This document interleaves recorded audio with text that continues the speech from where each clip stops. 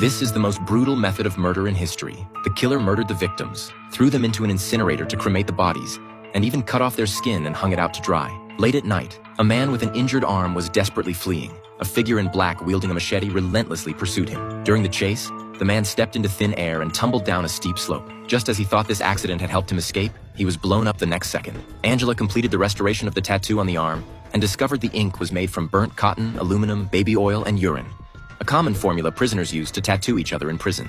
After comparing with the database, they identified the deceased as Rooney, who had served 5 years in the local prison. Police investigated and found Rooney's residence. His girlfriend Leah told them Rooney had been working at a bakery since his release and she had no knowledge of any enemies he might have had. The agents then went to the bakery where Rooney worked. All the employees had criminal records. The manager, Ya Heng, expressed regret over Rooney's death but had no idea who might have killed him. The intern discovered symmetrical cutting marks on both the collarbone and upper chest. Importantly, these cuts formed an equilateral triangle, suggesting this might be the shape of the murder weapon. Angela investigated Rooney's bank card transactions and found that in the 2 weeks before his death, his largest expenses were parking fees, all at the same location, in front of a particular shop. It appeared Rooney was casing the place for a robbery. Angela then pulled up the employee list for that shop and discovered Rooney's girlfriend Leah was on it. Leah was brought back to the interrogation room. Police now suspected she was Rooney's inside accomplice for the robbery, but Leah firmly denied it. She explained that Rooney had indeed asked for her help robbing the shop, but she had refused. So Leah suspected Rooney must have had an accomplice at the bakery, and that person was likely the one who planned the robbery. The intern found striations on the kneecap,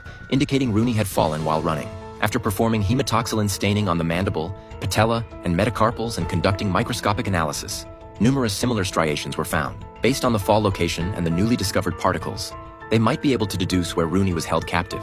Hodgins analyzed the particles as residue from manganese glass, a product from a century ago. Angela performed a geographic analysis, ultimately determining the route Rooney had traveled before his death. Combined with the manganese-containing glass fragments Hodgins found in the knee and the special building materials, only one factory within several kilometers met the requirements. The agents immediately rushed to the factory. There, they discovered an incinerator containing 3 burned skeletal remains and various human skins hanging from the rafters. The killer's twisted methods left them shocked. The bodies had been burned at different times, cutting off skin, draining blood, and cremating bodies. The killer might be performing some kind of ritual sacrifice. Using facial reconstruction, Angela successfully identified one victim as a priest. The other 2 bodies had been incarcerated in the same prison as Rooney. Coincidentally, Adam from the bakery had also been in that prison. More importantly, he knew the priest as well. The agents immediately headed to the bakery, but Ya Heng told them Adam hadn't come to work that day and wasn't answering his phone. Had Adam sensed danger and fled? The medical examiner found that the wound cuts on Rooney and the newly discovered bodies were identical, meaning the killer used the same blade.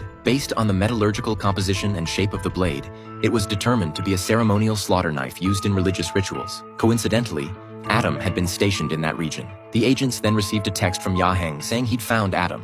They immediately launched an arrest operation. When they arrived, Adam was trying to stuff Ya Heng into a car. At the critical moment, an agent fired to stop him. They also found the machete in the car, confirming Adam was the killer in this murder, skinning, and cremation case.